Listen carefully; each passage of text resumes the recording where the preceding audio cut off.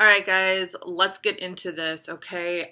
So as you can see, I have up the astrology, the natal chart for Astroworld. It is set to November 5th, 2021, Friday, 9 p.m., Houston, Texas. I am using the tropical zodiac. I'm using the Placidus house system.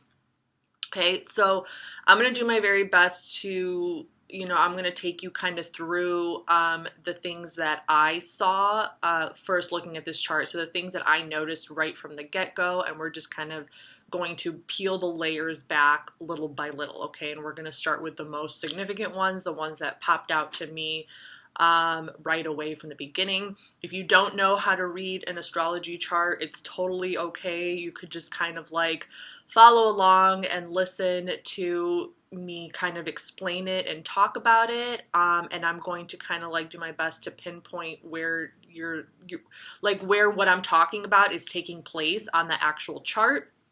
And as far as the planet glyphs go, I have a little like handy dandy little, I don't know, dry erase board or something, so I'll just draw it for you just so you know what the heck I'm talking about.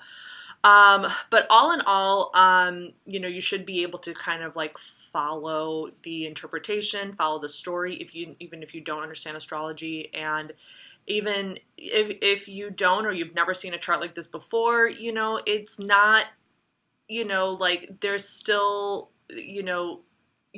there's still the possibility, there's still the ability, while I explain it, to be able to kind of like see what's going on, okay, as I explain it. So, hopefully, you guys will be able to kind of like understand, what I'm saying and what I'm referring to and what I'm pointing out, okay? I also have, like, in addition to it being on the screen here with me, so you guys can see, I have it in front of me as well.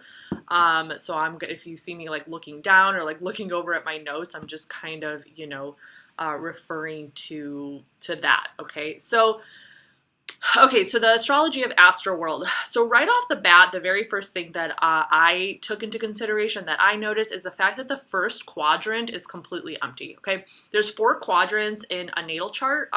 The first, second, and third house, and you should be able to see the numbers of the houses.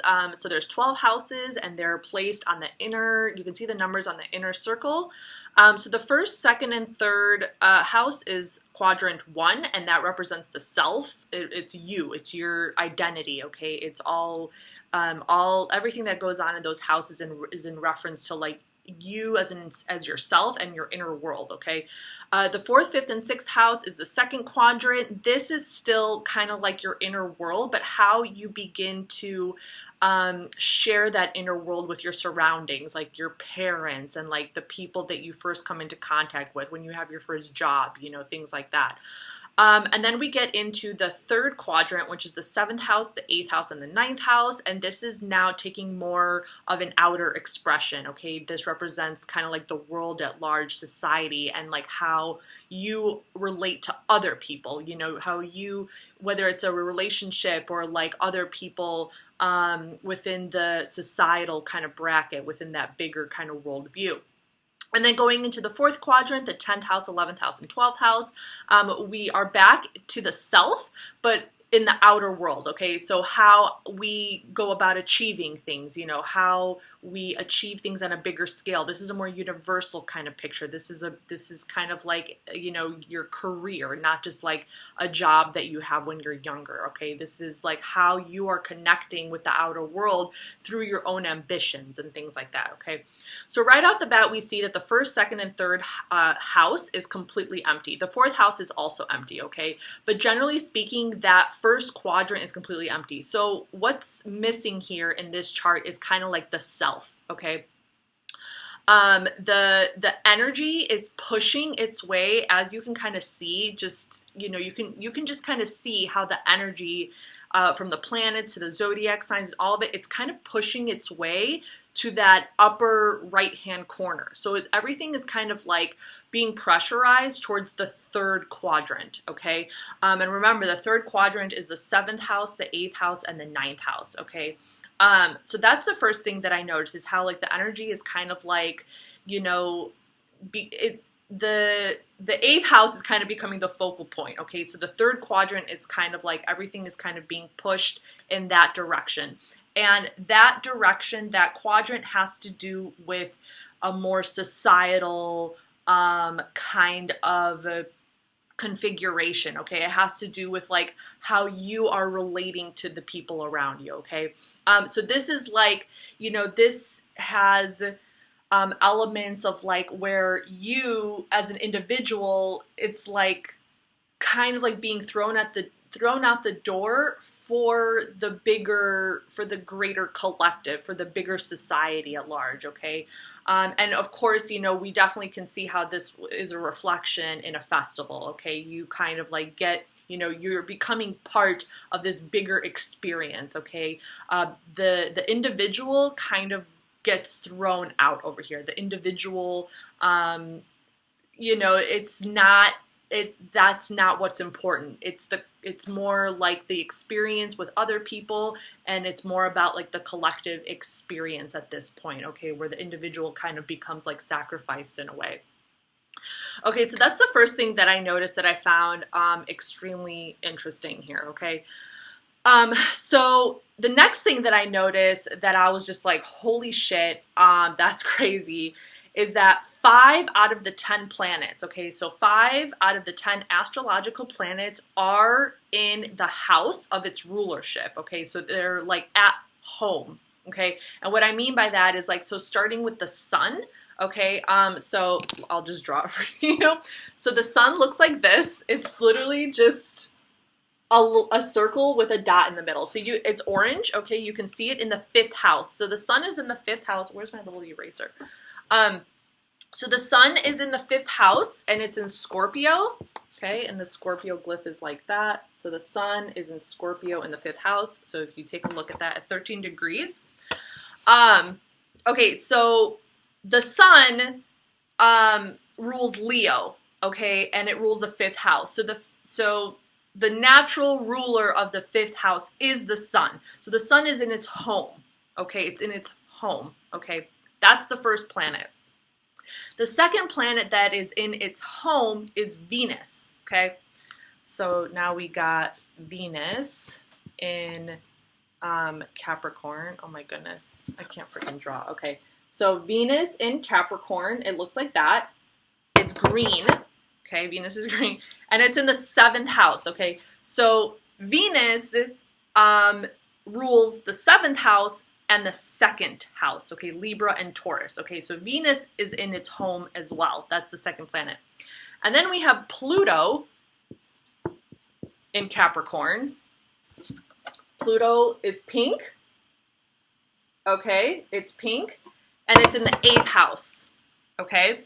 So Pluto rules Scorpio, which rules the 8th house, and Pluto is in its home, okay.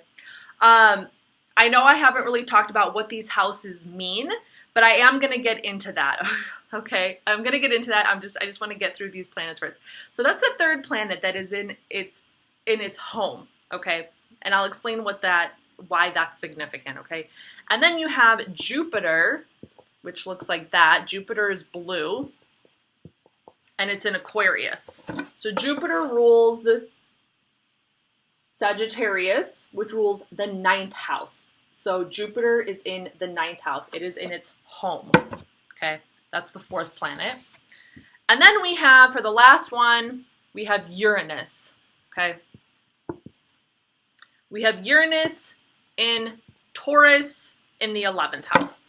All right, and that's Uranus in Taurus. It's like an orangey yellow, I guess. Orangey yellow or whatever. Okay. So Uranus is in Taurus in the 11th house. Uranus rules Aquarius, which rules the 11th house. Okay, so like when you have a planet, just generally speaking, when you have a planet in its home, in its home house, it's in its own house, it's like literally coming home and kicking off your shoes and laying on the couch and like going to bed and like you don't really give a fuck about anything else. Like you're home, you're good, you're home. This is where you're comfortable. you don't feel like you need to try to impress anybody. You don't really feel like you got to do anything. Like, it's easy. It's kind of like, it's almost like a feeling of inertia. It's like a feeling like you're just kind of like floating, you know, like you're just chilling. Okay. You're kind of just chilling. Okay. So these planets are chilling. They're just like, you know, I'm good. I'm cool here. Right. Like there's a heavy feeling. Okay. Like when you're at home, you kind of like sink in, right? You sink in, you just kind of like sink into your bed, or you sink into your couch, and, you know, you've somehow escaped the world, you know, and you have come home, and you just kind of like fall into this like, you know, like whether it's like peace or just kind of like a state of comfort. And you just kind of sink in. Okay. So that is super, super significant in reference to the energy that was going on here, okay, especially at Astroworld, like a feeling of just kind of like you're cool, you're chilling, you're at home. And on top of that, you know, it's crazy because like Travis was in his hometown of Houston, and then when we get into Travis's chart and the way his chart lines up with everything, it just keeps, the layers just keep adding on, and it's just crazy. But okay, now getting into what those houses mean. Okay, so the fifth house is going to represent where the sun is in Scorpio. The fifth house is going to represent your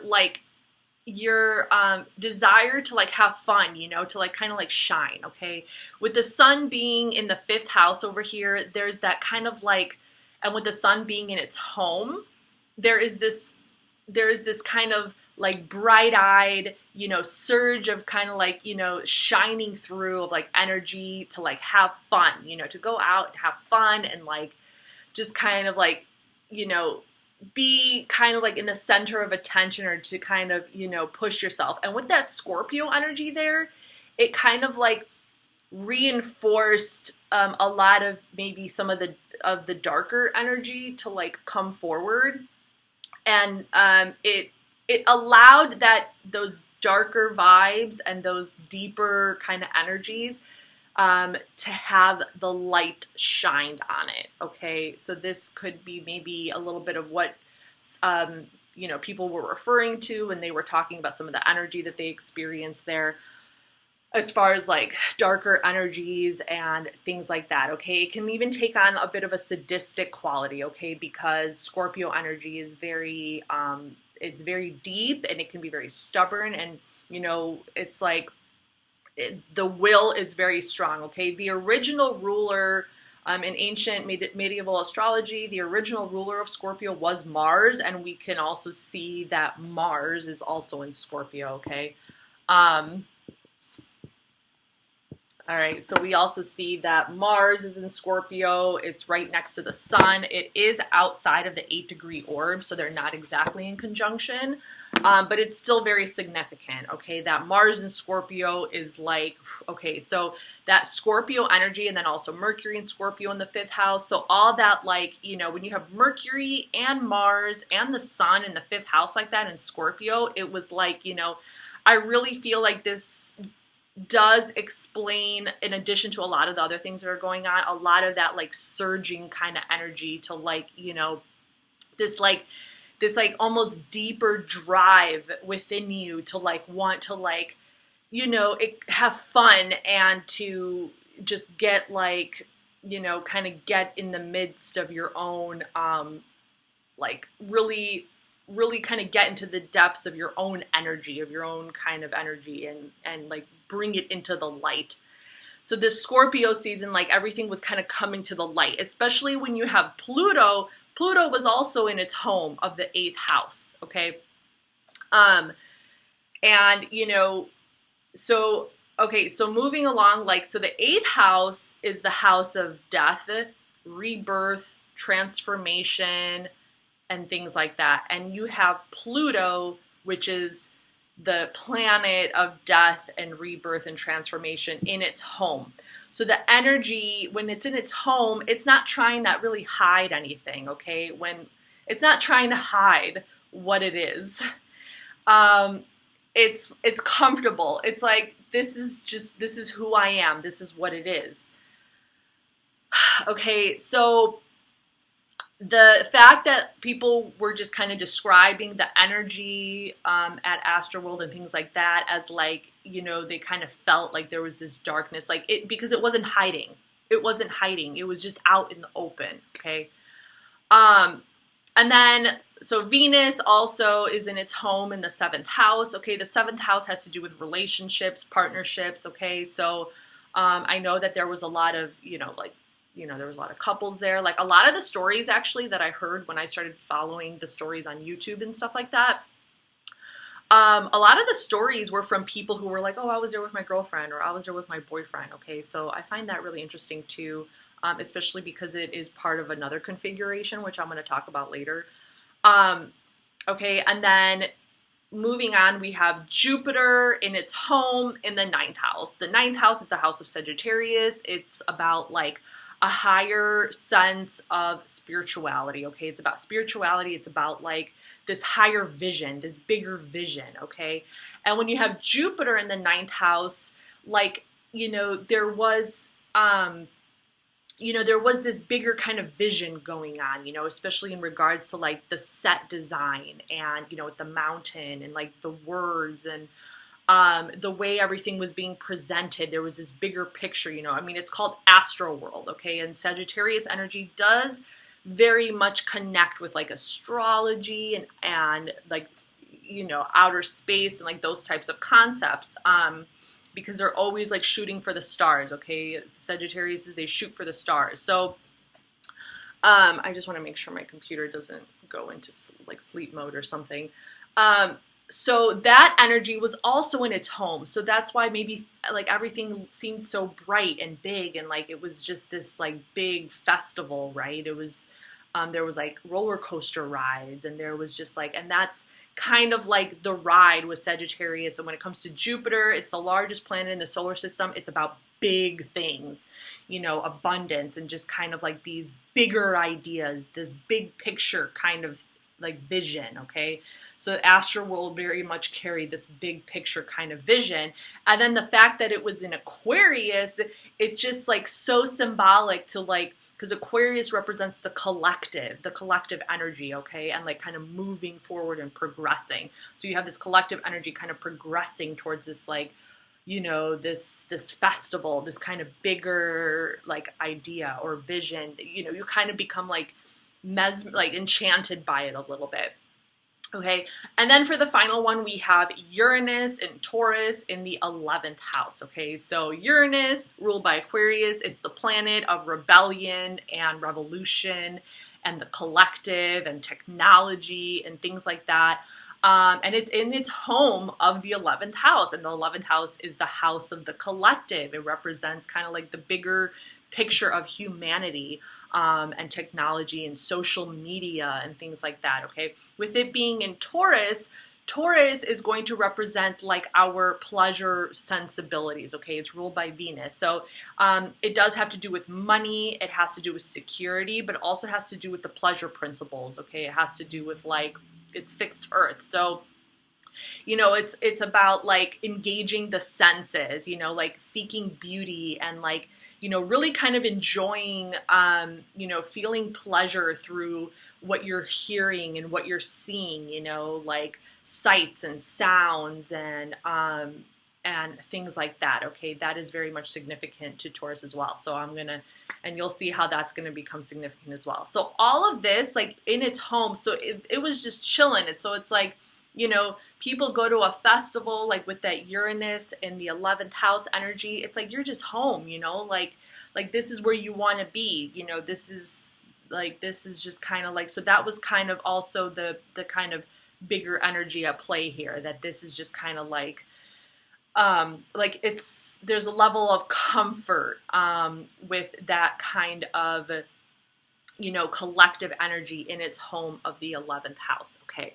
So there's a lot of chilling going on here. There's a lot of just like, we're cool, kind of going on. Okay. Now, this is where things get really crazy. Like, In all honesty, if I could just pick one thing to talk about from this chart, if I could just pick one thing to talk about and kind of throw out the rest and be like, this might actually be the most significant thing in terms of like why things happen the way they happen, like what the heck, like with in terms of just like the ultimate ending to all this, you know, which is like the tragedy and the loss of life and things like that. So what I'm referring to over here is a major astrological configuration called a T-square, okay? And as we kind of get into like Travis's chart and kind of start combining things, you know, you'll see how this gets even more interesting too, okay? So it's called a T-square, okay? So this is an astrological configuration where there are two planets in opposition with each other, okay? They're 150 degrees apart or within an 8-degree orb. There are two planets in opposition with each other, and both of those planets are squaring a third planet, which becomes the focal point. So it's literally creating a mountain. Literally creating a mountain. And you guys are going to see some synchronicities here as I kind of like unfold this story. So this is kind of how a T-square looks. It's literally half of a square, okay? So we have two planets in opposition to each other. And then, so we have two planets in opposition to each other right here. This is opposition. And then those same planets, so this is a planet. Oh my God, I'm writing backward. This is a planet. Okay, so two planets in opposition to each other, and then those same planets are squaring a third planet, which becomes a focal point. It's like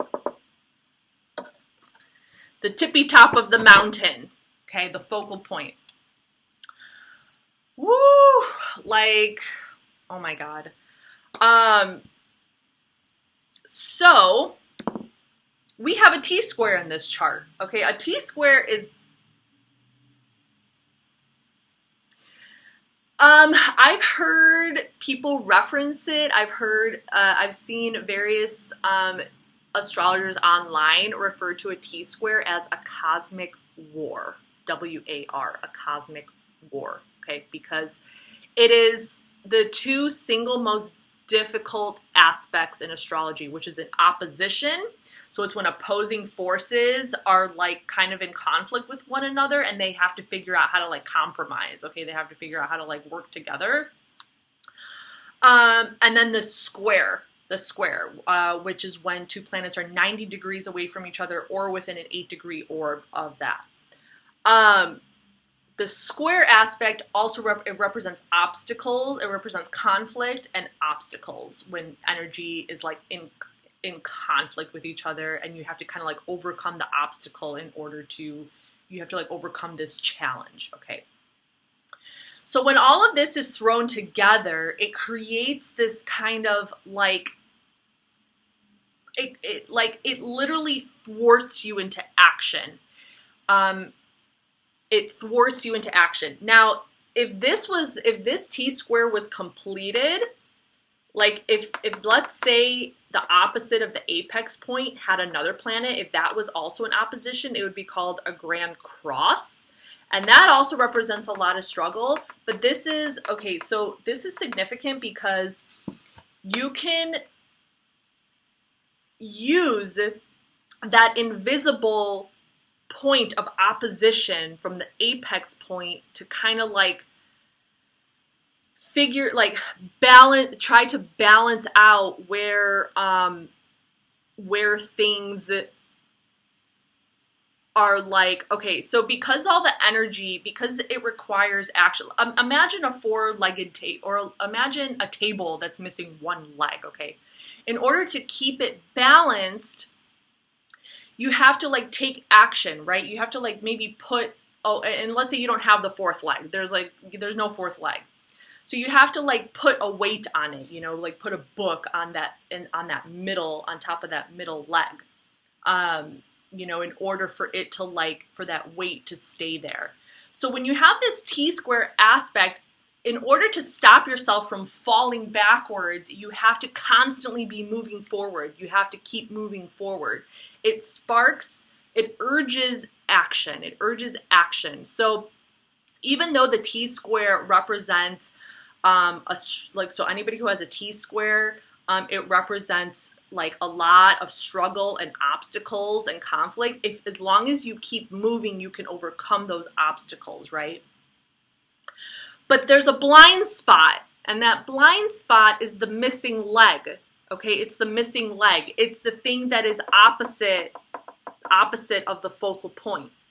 Okay, and in this particular chart, we don't got anything. Like, there's nothing in the first quadrant. Okay, so let's go back to the actual planets that are in this T-square, and these are like, okay, so this T-square is comprised of Uranus and Taurus in the 11th house, the Sun in Scorpio in the 5th house, and Saturn in Aquarius as the apex point, the tippy top of the mountain, in the 8th house, the house of death and rebirth and transformation, as the apex point. So it's like the source of action is going towards that focal point in order for things not to fall backwards, in order for, you can break it down by saying, in order for an individual not, to feel like they're still part of the collective, they're part of that greater experience. Because remember, we said that the first quadrant is the self, it's the identity.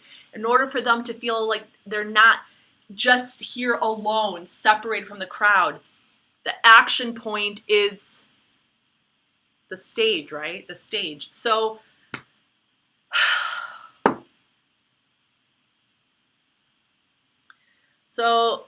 oh my God, I just have to take a pause for a second, because it's like when I first started reading this chart, I was just like blown away. I was just like, Jesus fucking Christ.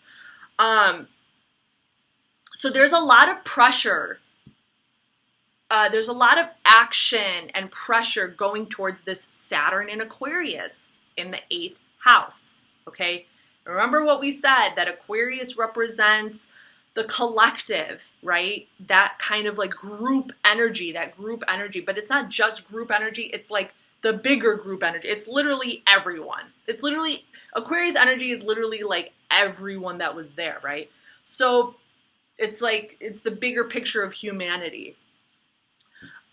Saturn is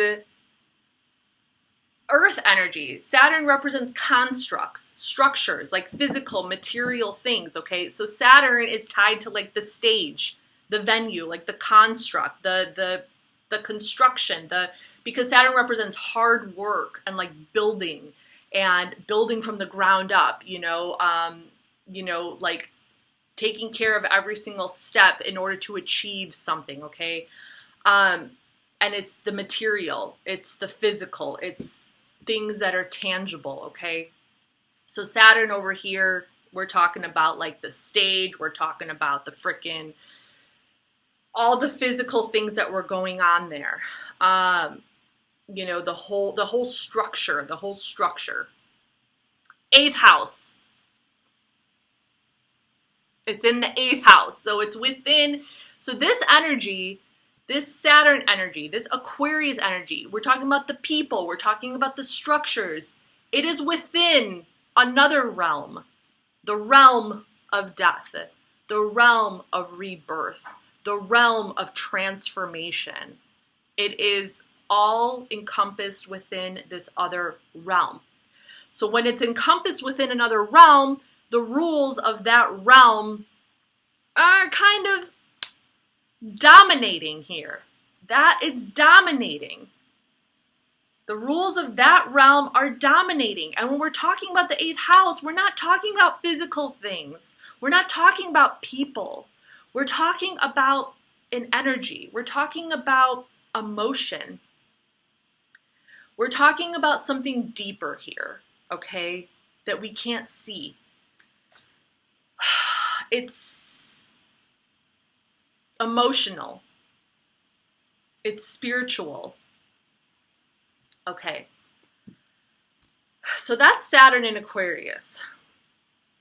So that's the focal point. That's the focal point of this T-square. It's the star of the show, basically. So you got Saturn and Aquarius squaring, okay, and you can probably see it on the graph over here. It kind of looks like a half of a square triangle. You can kind of see two red lines that have a square, and then, you know, you can kind of make it out. You know, just try to think of like, you know, a mountain. And then you have the opposition. You can see the symbol in straight in the middle, like in the very middle of the whole chart. It's like two opposition symbols layered on top of each other, because there's another kind of thing going on there too. But you can definitely make it out. Okay, so now let's take a look at the other two planets that are squaring the Saturn. We have the Sun in Scorpio in the 5th house. Okay, so that's that energy. Like the Sun is like that drive, that ego. Okay, the Sun is the ego. So there's that ego energy, which is in Scorpio. We have the ego energy in the sign of death and rebirth and transformation, which is super stubborn. So the drive to want to like go towards that focal point, go towards that stage is there. And it's squaring. So there's a struggle, right? There's a struggle because it's trying to fight. That Sun in Scorpio is trying to fight its way through that Aquarius energy, the collective, the people. All those people are there. You got to get through the people, right? So there's a conflict there. There's a conflict.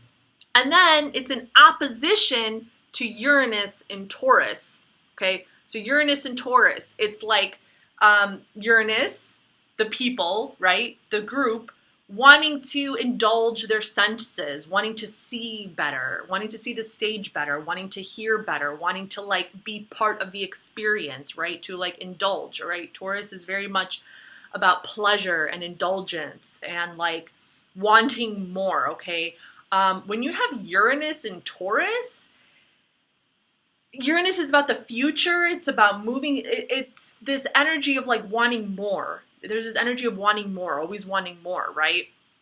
So when you have the individual wanting to get through to the stage, but then it's in, you know, and it's in conflict with trying to get through to the stage, but it's also in opposition with the Uranus and Taurus. It's like, well, really the only thing that you can do here, you know, is to compromise, is like if you want to at least enjoy the show, is to like kind of compromise your own sensibilities. It's like it's like the only thing to do is really at that point is just to tell yourself like, okay, well, you know, I guess I can see how close I can get, you know, but at least, you know, it's like you have to tell yourself like, okay, well, I can still hear pretty good over here, or I can still like see things pretty well. Okay, but there is this like conflict in regard, because it's like, and you're also in conflict with kind of yourself, because you have this, you know, with the Sun in Scorpio, you have this like really, really, really deep desire to want to get closer. But then you realize that there's a lot of people who are like trying to like feed their senses, right? There's people who are trying to feed their senses. And when I think of Uranus and Taurus, I also kind of think of like drug use and things like that. And then you have Uranus and Taurus squaring Saturn in Aquarius, okay? So then you have like, you know, that collective energy trying to move towards the stage, because they're trying to like enhance their sensibilities. They're trying to enhance the experience, so they could feel it in their body, so they could feel it in their senses, so they could see it, they could hear it, they can like communicate with it, right? Like with their body language. Now the craziest thing, I mean, this is already really freaking crazy, but like the thing that from looking at all this, that I believe is what created and caused these unfortunate like deaths and injuries and all this like trauma, is all in all, every single one of these energies that are forming this T square is in a fixed sign. Okay, we have cardinal, we have fixed, and we have mutable. The fixed signs is going to be Taurus, Leo, Scorpio, and Aquarius. Fixed signs are immensely stubborn, okay? Fixed energy does not like to be moved. It does not like to be compromised. It does not like to be changed, okay? Fixed energy is like you're planting your feet on the ground and you ain't moving. You ain't moving for nobody or nothing. So we have the sun, which is fixed in Scorpio, fixed in the 5th house, fixed. You have Uranus, fixed in Taurus, fixed in the 11th house, fixed. And then you have Saturn, which is the only character here which is not fixed. The single most character that's not fixed. You have Saturn, which is cardinal, in Aquarius, fixed, in the 8th house, fixed. So you can like, it's taking the breath out of my own lungs. That is how compressed this energy is. That is how compressed this energy is. It's immovable. Immovable. And even Saturn over here, completely and utterly compromised. Saturn can't do shit. It's the only cardinal sign, but remember, it is within the realm of the 8th house, which is fixed. It is static. The only thing that Saturn can do at this point is like, Saturn has to experience the transformation. It has to experience the death, the rebirth, and the transformation so that it can understand its own power in this. Right now, Saturn doesn't understand its own power, okay, in this moment. So it's compromised. The fixed energy is just taking over. Now, the only thing that I can think of that could have maybe like transformed this whole situation is maybe like if the stage collapsed, but even that could cause death. You know what I'm saying? Like, I just don't really see a way out of this, in all honesty. Like, I don't see how anything really could have been done differently in that moment. Like, it was a cosmic occurrence, so to speak. I'm not going to go so far as to be like, how I mentioned, like, like it's not like supernatural. It's nothing like that. Nothing like that. It's just, the energy speaks for itself, basically. The energy speaks for itself. So, and that blew me away when I was like, holy shit, this is all about that fixed energy. Fixed. I don't know why, but I just felt like I had to write it. Fixed. It's immovable. It's unchangeable. Okay? And we're going to see, and this is why, like, when you watch the news right now, you see the lawyers and people are trying to figure out how they can change things for the future. So that is the transformation of Saturn. Saturn had to go through this in order to become transformed so we can think about how the structure and the layout and all of that of the event. And that is why there's so many people working on this case in regards to like you know, restructuring music venues, perhaps, you know. Like, this is the rebirth of Saturn. This is the transformation of Saturn. This is the lesson from that it needs to take away from being in the 8th house. Do you see? Okay, so we got through that T-square. I just want to make sure that I touch on everything. It's probably the same. Yeah. Okay. So another thing that I mentioned before was how, you know, you can look for clues as to why this occurred by looking at the opposite of that Saturn in Aquarius, okay? And when you look at the opposite of the Saturn in Aquarius in the 8th house, it brings you into the 2nd house. But there's nothing, remember, you see there's nothing going on. There's nothing going on in that 2nd house, okay? So the energy was not, it just wasn't, it wasn't important to anybody. It was blind, it was a blind spot. It was a blind spot, okay? And this is the astrology of the day, or, you know, in Houston and stuff like that. So that energy is in the blind spot. So the opposite of Saturn Aquarius is in the 2nd house. And as you can see, there is nothing going on in the 2nd house. There's no planets. There's nothing. So we're going to look on that, you know, on the outskirts of the 2nd house to look at what zodiac sign it's falling into. So if we're looking at 7 degrees opposite of Saturn in Aquarius, we're going to look at the 7 degrees in the 2nd house, which falls in Leo. So Cancer is ruling the 2nd house cusp.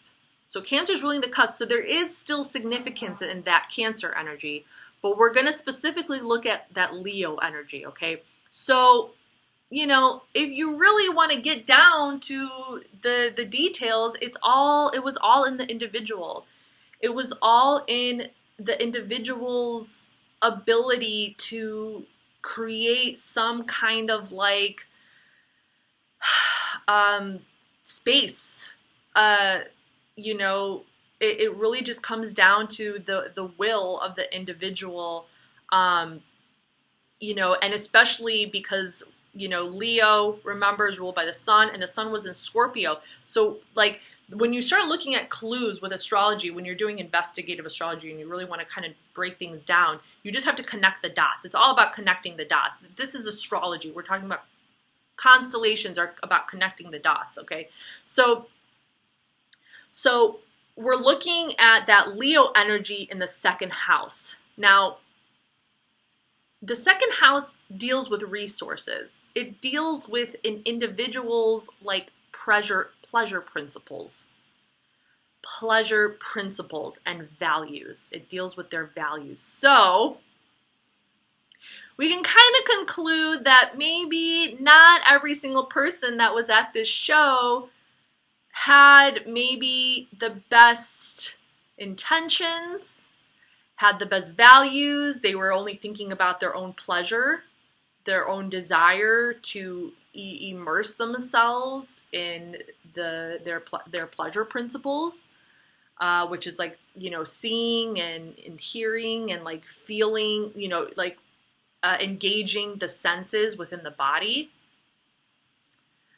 And then we're dealing with the ego. When you're dealing with the ego, you know, the ego is has a bit of a big head, you know, they just want what they want, right? They just want what they want, okay? And then you have the sun in Scorpio in the 5th house, so automatically that's compromised because it's like what it wants is to have fun. What it wants is to have fun, and it's not going to stop until it gets it because they're being guided by that Scorpio energy. So this is like, you know, obviously each individual that was at that concert has their own birth chart, has their own, you know, whatever, but obviously, I'm not going to fucking sit here and dice, obviously, like, clearly. So, But another way that we can kind of look at like how, you know, so I know this is going to sound kind of funny, but one of the first things that I thought of is like, okay, well, how else could this have been prevented? Well, it could have been prevented if people stayed home. And I know that sounds ridiculous, but in all honesty, like that's the blind spot because you got Cancer. You got Cancer ruling the second house, which is opposite the apex. And what does Cancer represent? Home. Home. Stay home. That could have avoided the situation if people stayed home. If people had more compassion for one another, if people used their intuition, if they like tuned more in with their intuition. And I'm sure there were people, you know, if there were people at this concert that had really, really, really like strong Cancer energy in their chart, they probably picked up on a vibe, right? I mean, obviously a lot of people picked up on a vibe, but like I'm just kind of like giving some, you know, examples, okay? Now, if we want to take a look at how this situation can be healed from a collective point of view, it has definitely a lot to do with that like deeper, like this emotional drive to provide resources for healing and for emotional like dexterity. Am I using that word correctly? I really need to look up that because it came to me like the word dexterity just kind of came to me and I feel like I need to look up what it means so I'm not using it wrong. And I also want to know why it came up. Like why it just suddenly appeared in my vocabulary. Skill in performing tasks, especially with the hands. Yeah. Because we're dealing with some really, really, you know, we're dealing with moon energy when we're dealing with Cancer. So we're dealing with our emotions, we're dealing with our intuition. Okay, so something was missing intuitively in regards to perhaps intuitively.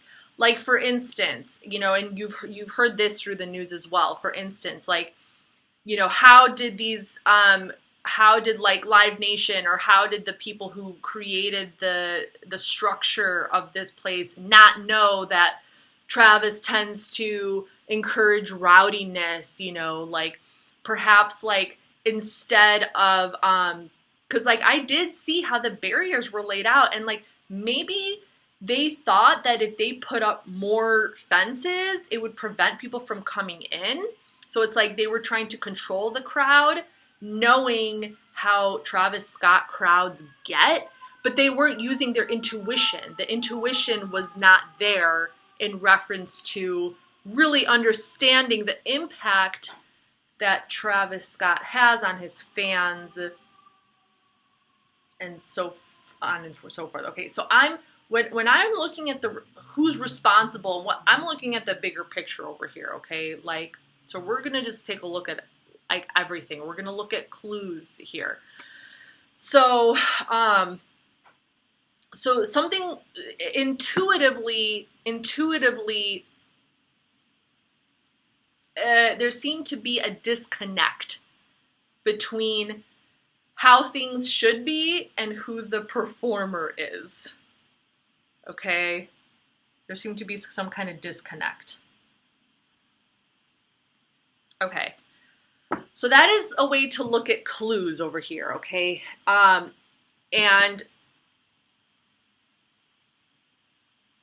you know, individual people could have used that like Leo kind of energy to step forward and try to create space for others like in the back, but it's like it was a blind spot, right? It was a blind spot. So it's like even the people who were in the way back, if you look at the first, second, third, fourth quadrant, the people, I keep thinking of that area as like outside the venue, like right behind where the people that were in the very, very, very back were standing. So they were also in the blind spot. So they couldn't see what was going on where all the pressure was cooking. Literally. Like, okay. Okay, so that T-square, like, whew, that T-square is hella, hella, hella significant. And I definitely feel like that is what created these like unfortunate circumstances for everybody, for a lot of people, you know, but definitely significant groups of people. Okay, so I'm just going to mention a couple other things before we, you know, move on to Travis's chart.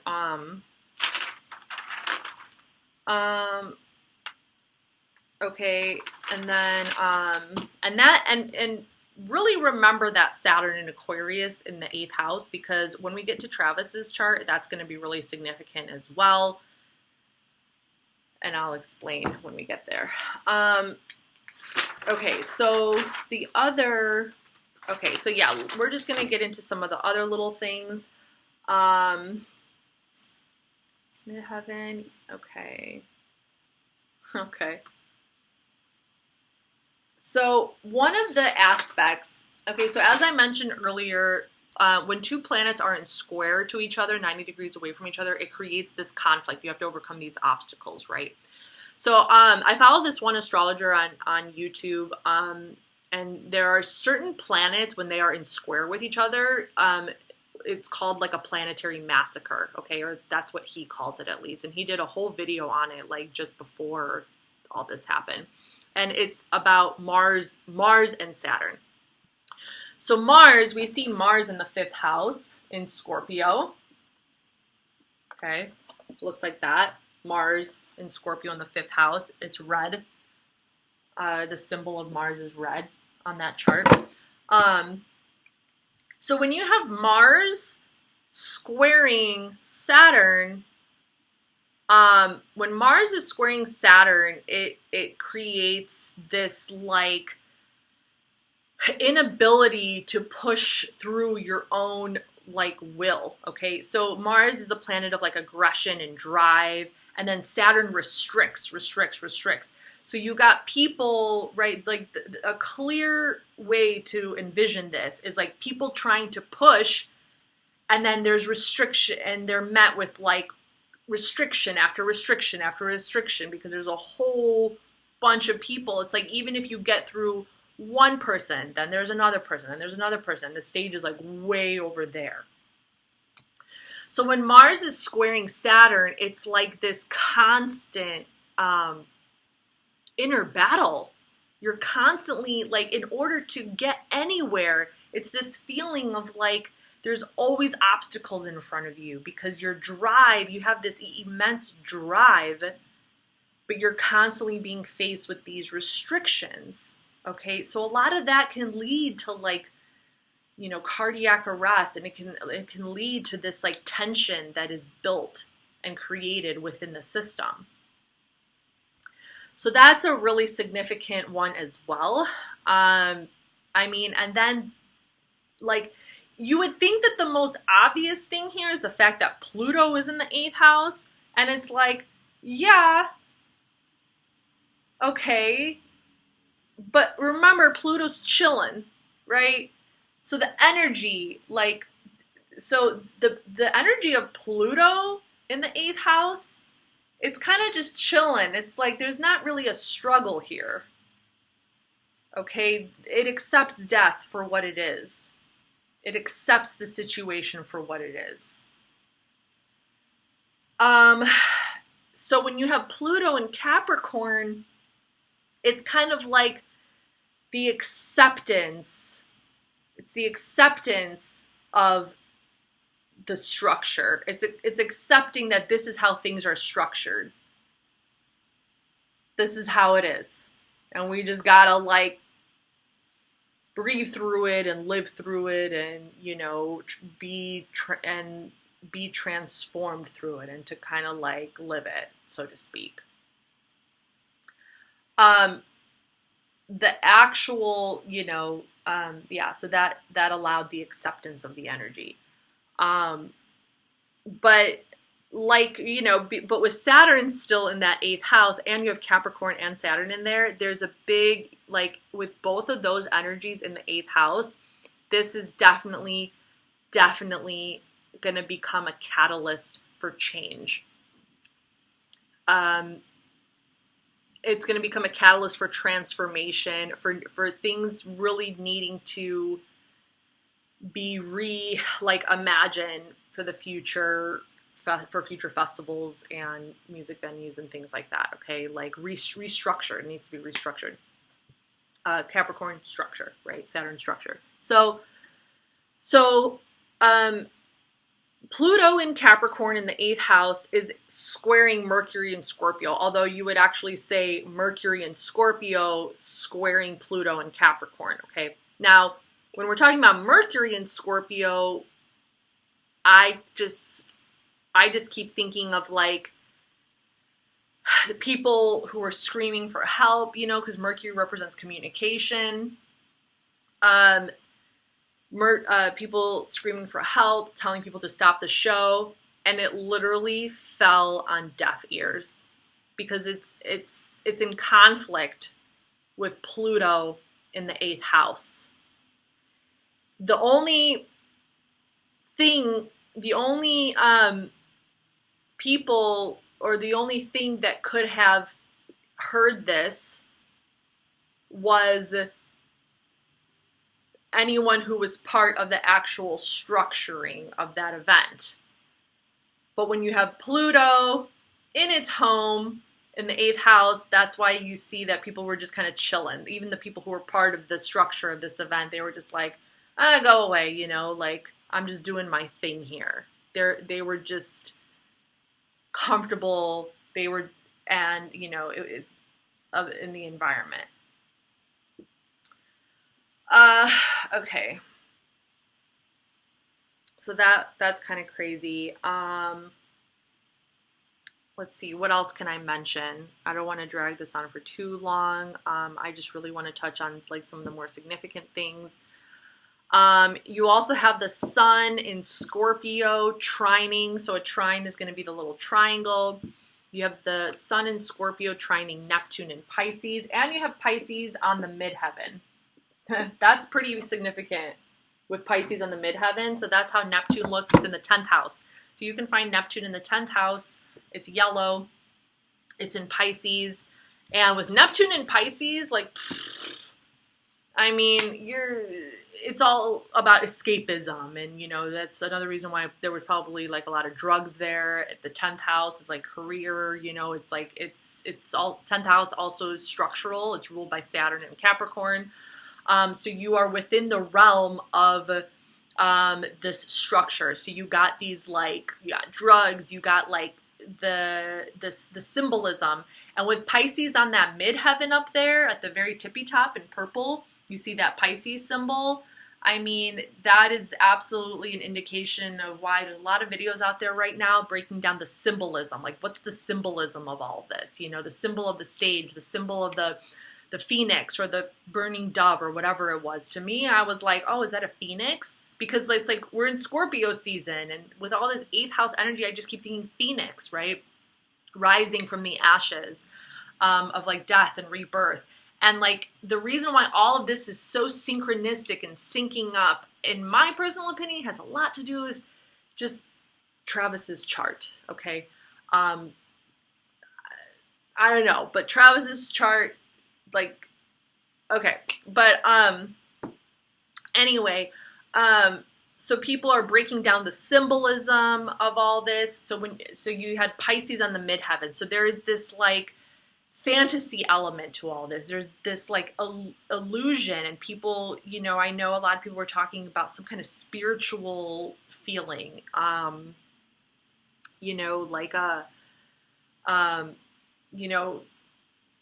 getting kind of lost in that symbolism. So with Neptune and Pisces trining the sun in Scorpio, you got the two water signs. There is this element of like fantasy. There's this element of like symbolism. You know, the symbolism was probably very, very strong.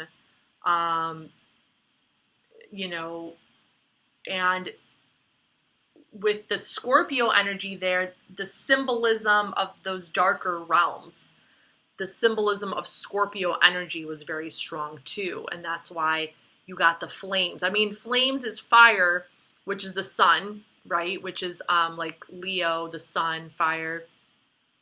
But Scorpio energy also represents like rebirth. So like the rise of the phoenix, right? Like the burning phoenix, okay?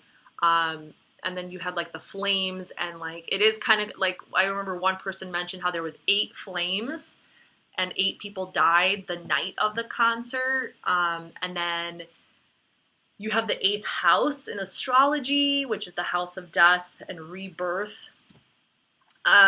So that was kind of crazy. I'm not going to like break down all the symbolism and all of the things that I found significant in terms of like the set. But, you know, just generally speaking, like the fact that it was shaped like a mountain, and the fact that the T square literally looks like a mountain. Remember, I don't think I have to redraw it. I mean, you know, you guys aren't dumb. Okay, so the mountain, and then, you know, that invisible, if you drew, so remember how I said if you want to look for clues as to like why all this happened or how it could have been prevented, you would go the opposite of the Saturn in Aquarius.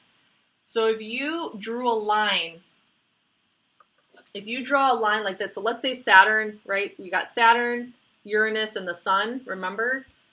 So, and they're forming a T squared. So if you draw a line to open up this space down here for clues, it's literally the stage.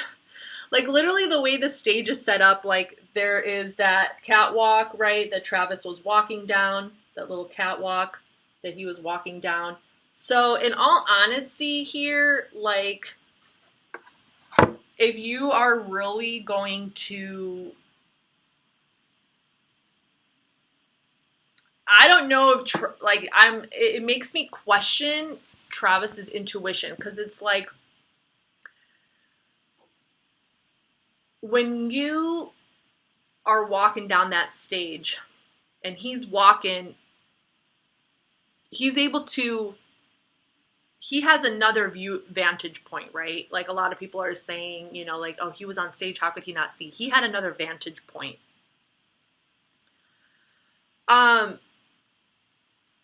don't know if he was blindsided or not, but he was walking straight into, when he was walking down that stage, he was walking straight into that blind spot. He was walking towards the second house, towards, you know, and remember the opposite of Saturn in Aquarius in the 8th house is Leo in the second house. And and Leo represents the stage, fame, and he's on stage. So he's walking straight into this, but he's being blinded. Okay, so he was probably being blinded by the lights. And his intuition was compromised, maybe. I don't know, but like intuitive, like you would want to say intuitively you should know that something is going on, because like the ambulance was coming out, but somehow his intuition was being compromised. Okay? And this could definitely be revealed in his chart when we look at his chart. Because it's like intuitively you would think that, you know, because he does have Cancer placements in his chart. Even without me knowing his exact birth time, he does have Cancer placements in his chart. So there's something with his intuition that was being compromised, okay? Because Cancer represents intuition, like pretty powerful intuition. We're talking about the moon here, the moon, okay? Moon energy. Okay, let's see. What else can I break down for you over here? The moon in Sagittarius. is squaring Jupiter in Aquarius, another indication of difficulty.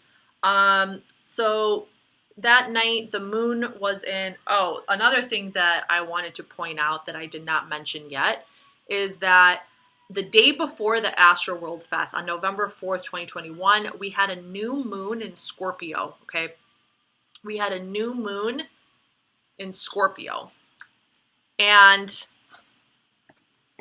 this book is amazing. Moon Phase Astrology. I freaking love this book. It breaks down every single moon phase in every single zodiac sign. And it gives you a little description. The new moon in Scorpio is called the Raging Moon. The Raging Moon, okay? And we all know by now, if you've been following this story, even if you're a Travis Scott fan or not, that he's a rager, right? He's a rager.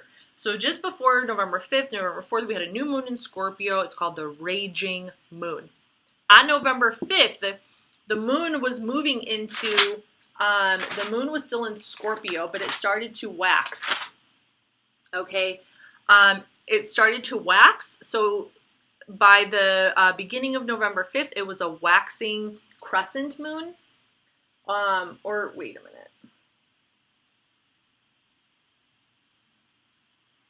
Yeah, it was, I'm sorry, I was getting shit confused. It was a waxing crescent moon, so it was just like a little bit of that little guy, right? And the waxing crescent moon in Scorpio is called the blood moon, the blood moon.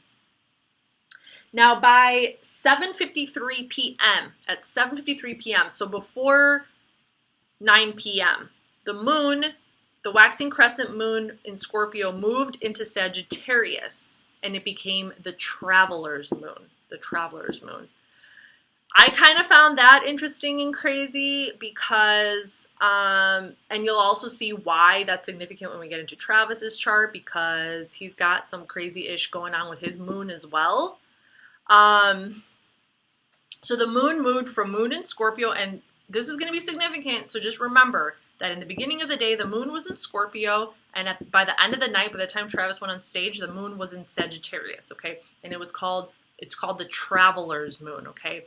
Now, I know that he had that thing, that little portal or whatever on his stage, and it said, "See you on the other side." I mean, and like, we're traveling here. This is Astro World. We're traveling. Whether you're on drugs or whether you're, you know, like, you came from another state or like, you know, and then he's got like, "See you on the other side." Like, we're traveling here. So, so the moon in Sagittarius in the 6th house, which looks like this. I'm sorry about my drawings. These are horrible drawings, but you can see it. It's in the 6th house. It's a purple moon. Okay, it's purple. And the Aquarius and the Sagittarius glyph is like red. So this is squaring Jupiter in Aquarius in the 9th house. And then what did I write down here? What did I say? Squaring Jupiter in Aquarius, another indication of difficulty, especially the ability to reconcile your deeper feelings and emotions of how things should be with the bigger picture. So, you know, people started to feel like something's off, you know,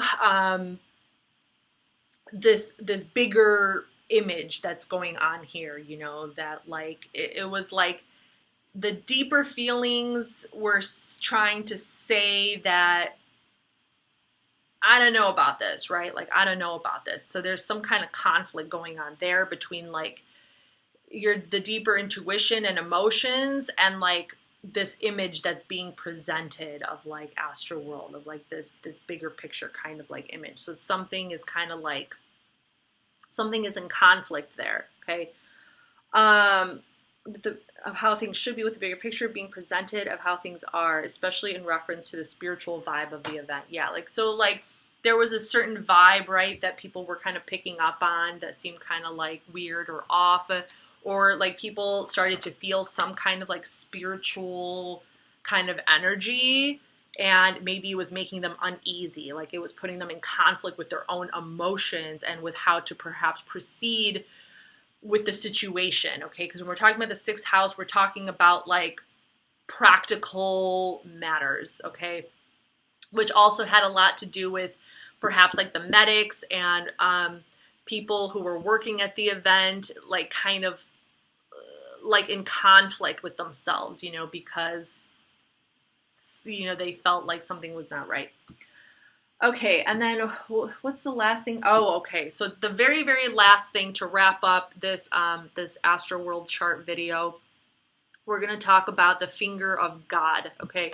So there is one last aspect, major astrological configuration that is present in this chart that I want to speak on, and it is called the finger of God. It is very rare. It is also very significant because it deals with 3 different planets. It deals with 3 different planets, the same as the T-square, with one planet being the focal point or the apex, you can say, the apex planet. But instead of them being in square to 2 other planets, that one specific point is inconjunct. It's inconjunct, so it's like 180 degrees. Oh my God, my math right now. Or 120 degrees. I can't think. I apologize. Shoot, I don't know why I'm having a hard time remembering the degree, but 150 degrees. Okay, I'm sorry.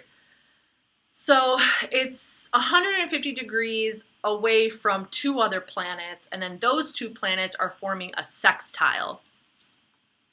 With each other. So when you look at the chart, you can see green. If you see those green lines, and it's forming like it's an acute triangle, okay? Because every single angle is less than 90 degrees, so it's an acute triangle, and you can see those like green dotted lines with like, I don't know. It looks like a table with 2 legs or something like that with the green little glyphs. That's the sign of an inconjunction. It looks like that. Okay, so it's also called a yod. Okay, so yod or finger of God. Okay, yod or finger of God. Okay, because it's all about that apex point. It's all about that apex point. That apex point is what is going to drive the, it's pointing towards that one symbol that is basically like supposed to bring you to this new level of understanding, and this level of understanding kind of becomes this God-like kind of force, or like, okay, maybe I can explain a little bit more after I break down this specific circumstance. So the yod over here, the finger of God, is between the north node, which is not even a planet. It is a geometrical point. It's the north node of the moon. Okay, the north node of the moon. It represents destiny and challenges. So we have the north node in Gemini in the 12th house. It kind of looks like a horse's shoe. It's gray. It's in the 12th house. It looks like that. So we got the north node in Gemini. So this is like destiny, challenges, okay, in the 12th house, which is the house of spirituality. It's the house of the arts, artistry, illusion, escapism. It's the house of Pisces, okay? So, you know, like fantasy and your imagination, okay? Also referred to as like the house of God as well, okay? It's very cosmic. I consider the 12th house like the cosmic womb, okay? It's the cosmic womb. So you have the north node in conjunct to Venus in Capricorn, and the north node in Gemini in the 7th house, and the north node in Gemini in conjunct with Mercury in Scorpio in the 5th house. And then you have Venus in Capricorn sextiling Mercury in Scorpio. And sextile is basically like this like energy that's free flowing. It's available. It's opportunistic energy, but you actually have to like take action in order for that energy to become fruitful. Okay. So what needs to happen over here is there needs to be a healing in order for that North Node in Gemini to come to its fullest potential and to reach its like destiny, so to speak, in regards to this specific situation in the 12th house. It needs to heal this energy between the Venus in Capricorn and Mercury in Scorpio. And the way that it heals, it's going to heal itself and reach its fullest potential is by people coming out. By people, so Mercury is communication, Scorpio, death. So people communicating about death, people communicating about this death, about what they experienced, what happened at Astroworld, people communicating it, talking about it.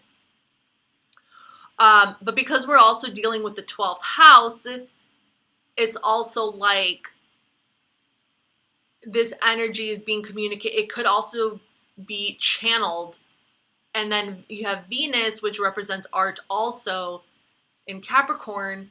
This energy could be channeled through artistic abilities as well, like music, because Venus does represent the vocals also, and like the pleasure principles. And then we have the 12th house, which is music and art and spirituality and imagination. And we have Gemini, which is communication. But there is this driving force with the finger of God where it's like in order to heal this, or in order to almost like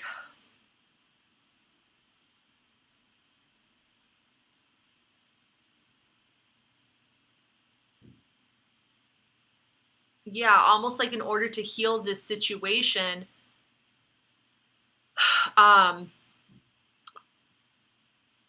more communication needs to come forward in regards to this element of death. And also more responsibility needs to get with Venus in Capricorn. There's this sense of needing to be responsible for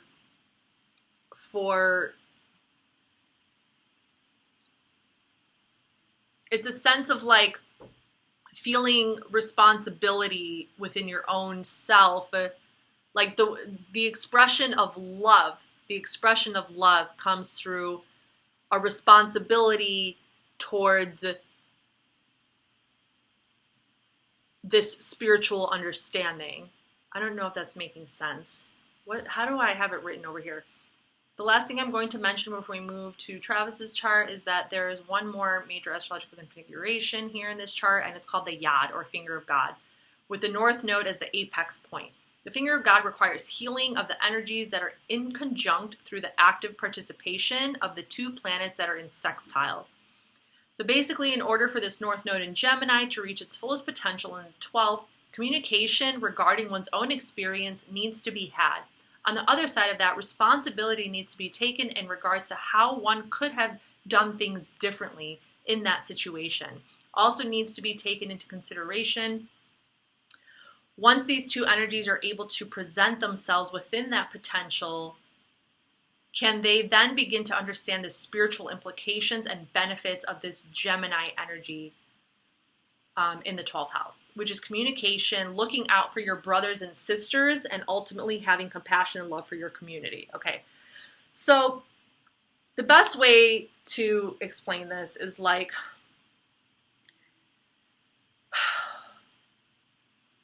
and this energy might have actually been present, like with the Finger of God here, the energy was present in this crowd somehow. Like there was energy in reference to like people taking responsibility by acting out of like their own sense of love and feeling towards another human being, right? And that's why you hear a lot of these stories of like guys talking about how their girlfriend, something happened to their girlfriend, or the girlfriend, or the guy, like they were worried about their boyfriend, you know, and like this sense of like of love being driven by a sense of responsibility towards another human being, okay, with that Capricorn energy. And with Mercury and Scorpio, that communication of like, you know, people saying help, or people trying to actually get somebody's attention, like, hey, people are dying out there. Hey, like, hello, you know, this is happening and this is happening. The greater potential over here, like, but because it was in conjunct, it like, and the energy wasn't as like, it wasn't as strong and as powerful so that it can have this like bigger impact, but it comes down to like, now when you look back on it, it's more about reflecting, and it's more about looking at this idea of like, we got to help each other out. You know, this idea of like, we got to help each other out in these circumstances. We have to like be responsible for each other. We have to communicate with each other. And only with that, so the vision with this finger of God is about brotherhood.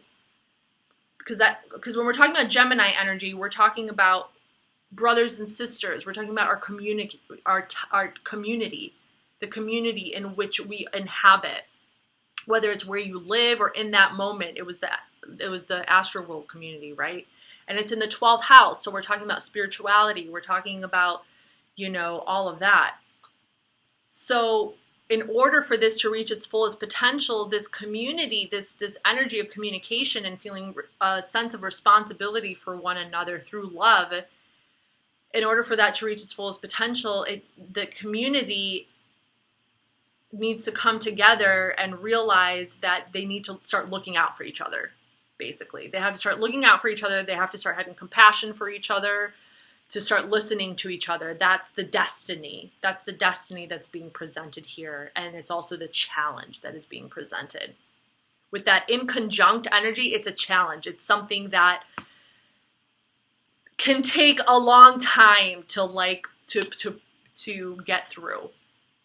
Okay. So I hope that makes sense. I hope that makes sense. And with that being said, that is I don't know what part I'm on, part 3. That is the astrology of Astro World. And next I'm going to get into Travis's Scott chart. So I'll see you. I still can't say it. I feel like it's too soon. All right. So I'll see you guys in part 4. Okay.